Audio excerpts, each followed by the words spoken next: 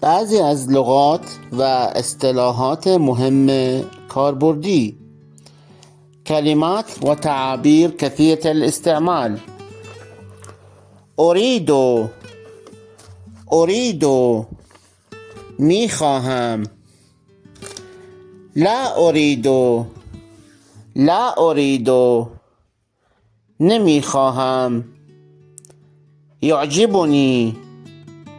يعجبني دوست دارم. اليوم امروز. غدا فردا. تحت زیر. پایین. فوق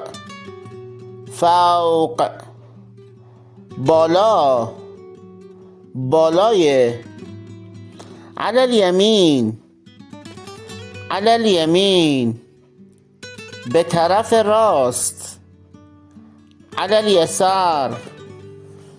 اليسار به طرف چپ. في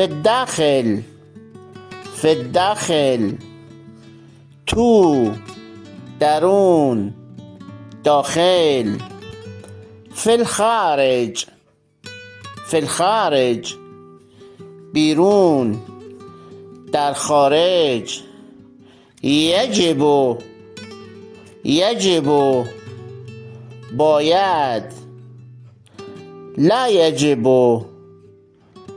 یجب نباید. هنا اینجا. هناك آنجا. قریب نزدیک. بعید دور. رجل مرد. امرأة زن. متى کی چه وقت. کیف چگونه چطور. ان شاء الله اگر خدا بخواهد، خدا کند. انت جمیل شما زیبایید. للمذکر انتی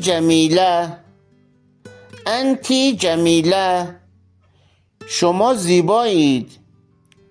للمؤنث احب ان اتعرف عليك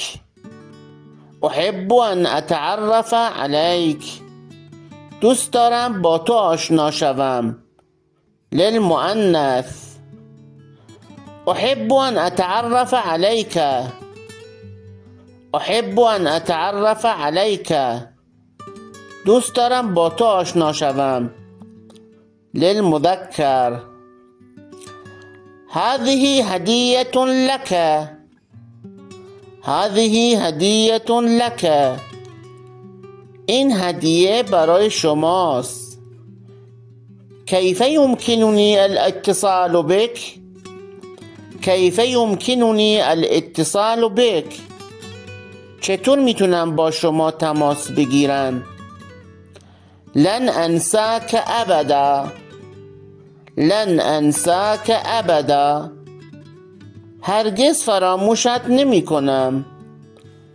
اکتب عنوانی نشانی و آدرس مرا بنویس. اعطنی عنوانک نشانی و آدرست را به من بده. انا سعید بمعرفتك أنا سعيد بمعرفتك. از آشناییت خوشوقتم. ممنون میشم کانال رو سابسکرایب کنید و زنگوله رو بزنید تا به محض انتشار آموزش ها از اون مطلع بشید. ممنون که همراهمون بودید.